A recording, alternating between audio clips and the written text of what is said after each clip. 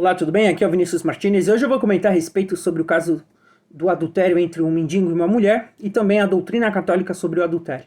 Bom, primeiramente esse caso imundo que ocorreu aí entre um mendigo e uma mulher.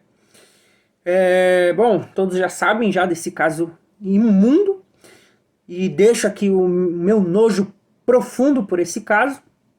Sobretudo, o que me fez querer fazer esse vídeo, que foi ver a reação da maioria das pessoas com relação a esse assunto.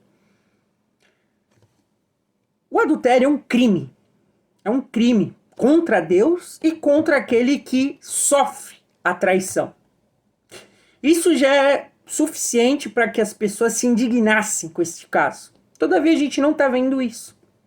O que estamos vendo atualmente? É o seguinte fato. O homem que foi traído, que é um corno manso, um banana, está sendo o único criticado, o único que está sendo zoado na história, enquanto a mulher que traiu está sendo vista como coitadinha, que padece de um problema psicológico, que teve um surto psicológico que a fez a cometer o adultério lá com o mendigo. E o mendigo está sendo visto também como um cara coitado, inocente, que não tem culpa de nada, que não fez nada de errado, ele só aceitou a mulher lá.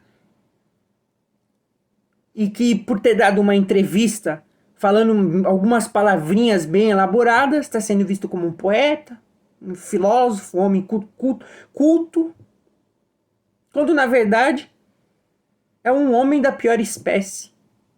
Um canalha, que pelo que deu a entender já tinha esposa, mas saiu de casa, porque justamente era um homem que era envolvido com adultério, traía a esposa, estava ligado com bebedeiras. Ou seja, um imundo, que não deveria receber nenhum tipo de elogio, porque é um imundo. E este imundo cometeu um adultério com uma mulher casada, que tem filhos, e que, por sua vez, esse ato imundo veio a ser público de modo nacional. O que é mais escandaloso ainda. Então, quer dizer, uma família que foi destruída. Não tão próprio na medida em que o homem que foi traído é um corno manso, que aceitou a mulher de uma forma totalmente não virtuosa. E isso eu vou comentar posteriormente acerca da doutrina do adultério. Então, estamos vendo pessoas tornando este mendigo como uma espécie de herói, um homem injustiçado, que não sei o quê. Inclusive, pelo que eu soube, está sendo convidado a participar de coisa política. Estão doando dezenas de não sei o quê, de reais, milhares de reais para esse cara, para ele construir a vida dele, sendo que é um imundo, um ímpio. Enquanto isso, tem muitas pessoas que estão usando esse adultério aí que aconteceu de um modo de riso, de graça. Quando é para estarmos escandalizados com essa tragédia imunda que aconteceu, que é muito esquisita, por sinal, uma história muito mal contada. Um fala uma coisa, o outro contradiz. Enfim, o fato é que, pelo que aparece, aconteceu o caso. Só que imundice da maioria das pessoas estarem com essa conversa fiada, falando que ele é culto, que ele é poeta, é um bom elogiador de mulher, sendo que, pelo que deu a mostrar, já era um cara que tinha uma esposa, que traía ela, que vivia em bebedeira, e é por isso que acabou se separando da mulher. Ou seja, um cara que já está provavelmente numa situação de adultério, né? Não somente fornicador. E enquanto isso, temos aí 3 pessoas envolvidas num pecado mortal. Se eles morrerem agora, eles vão pro inferno. Eles vão pro inferno. Os 3 cometeram pecado mortal. E já vou explicar por que o marido traído cometeu pecado mortal. Que é somente numa sociedade completamente mergulhada na imundície, na perversidade, na iniquidade, para tirar a graça dessa história imunda. Quando os 3 deveriam estar sendo vistos como párias da sociedade. Bom, o que um homem católico pode e deve fazer se for vítima de um adultério? Bom, primeiro devemos saber de uma coisa. Quando o casal ele casa, ele realiza o matrimônio, eles estão primeiramente fazendo um juramento de fidelidade perante Deus. Portanto, o vínculo unitivo que eles possuem ali é perante Deus infinito. Em segundo, é um juramento de fidelidade feito diante da igreja. E em terceiro, perante eles mesmos, que contraem aquele vínculo. Portanto, o adultério, ele é um crime contra Deus, contra a igreja e contra o cônjuge. Portanto, vemos aqui a profundidade da gravidade deste ato. O adultério, durante boa parte da história, em boa parte das sociedades, sempre fora condenado de um modo muito rígido. Então, vemos que no passado, o adultério era... Quem realizava o adultério, sobretudo as mulheres que cometiam adultério, eram condenadas à morte, ao exílio. Eram realmente pessoas que recebiam uma punição muito grande por este ato que eles faziam. Porque o adultério, ele gera não somente problemas de ordem espiritual para o casal, para a família ali em questão, mas também uma desordem em escala social, porque ele fomenta a iniquidade na sociedade, escandaliza os pequenos, incentiva o pecado. Então, é muito necessário que o ato de adultério fosse condenado. E, infelizmente, hoje em dia, as leis não fazem justiça com aquele que comete este crime. Pelo contrário, hoje as leis, sobretudo para o lado das mulheres, favorecem o adultério. O que é uma abominação, o que mostra que realmente estamos vivendo numa sociedade em que o diabo é o príncipe formal dela. Já não se trata de um principado material, mas de um principado formal do diabo. Porque as leis favorecem a iniquidade. Porque hoje, por exemplo, uma mulher que causa um adultério, ela é culpada de adultério. Se quiser se separar do marido dela, ela não é punida por isso e ainda consegue levar os bens que contraiu durante o matrimônio ou antes do matrimônio. Com essas leis feministas imundas. Olha o nível de iniquidade, como a lei incentiva a iniquidade. E ocorre o contrário só em casos muito específicos, muito raros, mas na maioria das vezes uma mulher que trai um homem, se ela quiser, por exemplo, depois de falar, vamos me separar dele, ela ferra com a vida do cara. Quer dizer, o cara é ferrado duplamente, triplamente às vezes, porque primeiro que destruiu a honra e a dignidade do homem. Segundo, que vai roubar, vai levar o dinheiro do homem, ferrar ele financeiramente. Terceiro, às vezes tem filho envolvido, às vezes o cara perde a guarda do filho, fica com guarda compartilhada, ou às vezes perde a guarda. Olha que abominação que as leis chegaram hoje em dia. Então o que acontece? Voltamos aqui à doutrina da postura, da reação que um homem católico deve ter diante de um adultério. Bom, quando o homem padece, né, e aqui eu falo também para a mulher, né, mas aqui em específico para os homens. Por exemplo, se o homem padece de um adultério, né, de forma, é visível ali o ato, ele sabe realmente que a mulher dele cometeu um adultério. Primeira coisa, ele é obrigado a rejeitar esse mal que essa mulher fez contra ele. Isso significa que ele vai ter que ter uma postura diante deste mal que ela cometeu contra ele.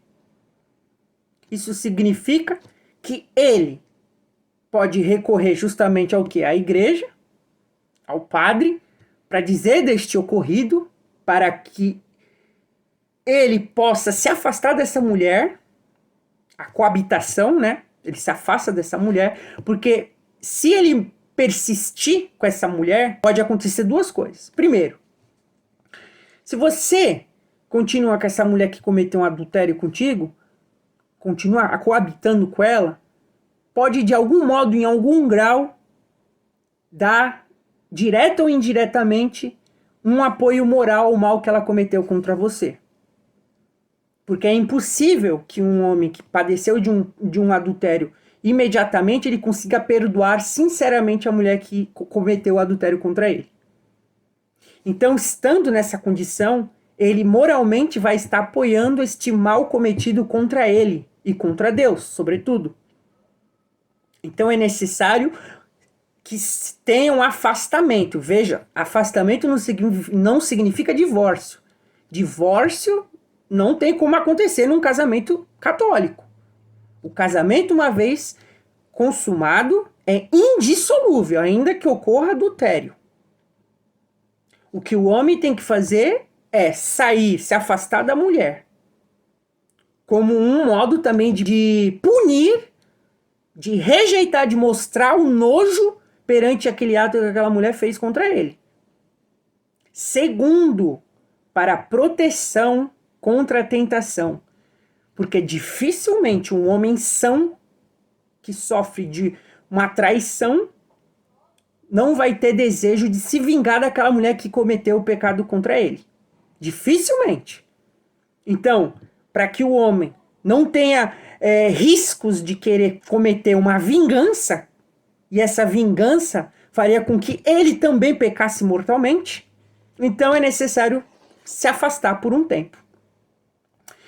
E por causa desse afastamento, convida a mulher adúltera fazer penitência pelo mal que ela causou, até que ela se reconstitua novamente como mulher, porque uma vez que ela cometeu adultério, ela já não está mais na qualidade de esposa, mas na qualidade de meretriz. E uma vez que o homem continua coabitando com a mulher que cometeu adultério sem fazer penitência, sem devido arrependimento, ele mesmo se torna um fornicador. Porque conquanto que fique o vínculo matrimonial, eles já não têm a mesma dignidade. A dignidade só é recuperada uma vez que se ocorre realmente a devida reparação pelo mal que foi causado. Do mesmo modo que, uma vez que se uma pessoa comete um pecado mortal, ela perde a amizade de Deus, mas pode recuperar essa amizade de Deus mediante a confissão sacramental. Do mesmo modo, para uma pessoa que recebe o batismo e, no entanto, peca, todavia o vínculo batismal ainda persiste. Essa é a doutrina católica acerca do adultério, do modo como pelo qual o homem deve agir. Ele deve se afastar dessa mulher, recorrendo justamente a um padre para mostrar a situação. E no passado, justamente quando as leis puniam, né, essa mulher podia ser, como se fala, presa, por exemplo, mandada para um exílio. Era muito comum, por exemplo, na Idade Média, um marido que era atraído justamente para ele não receber, né, a fama de corno manso. O que ele fazia? Além de ter a punição por açoite, que era permitida, em medida justa, né? Porque uma coisa é açoitar, a outra é espancar. Além disso, justamente muitas mulheres que cometiam adultério eram jogadas, por exemplo, em exílio, no sentido de que eram mandadas, por exemplo, mosteiros, ir lá fazer penitências. E quando tivesse realmente devidamente arrependida, fazia uma penitência pública para mostrar que estava realmente arrependida daquele ato que cometeu. E aí sim, aí quando estava de bem com a igreja e com a sociedade, podia então o marido reatar a coabitação, e aí ninguém mais ia ficar enchendo o saco. Porque aí foi aplicado o perdão e foi aplicado a justiça por meio da penitência, né?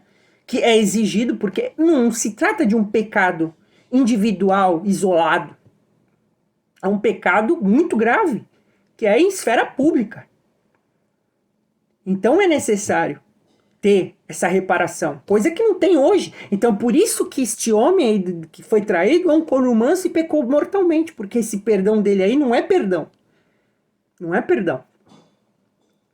É justamente essa cultura de corno manso que tem hoje em dia.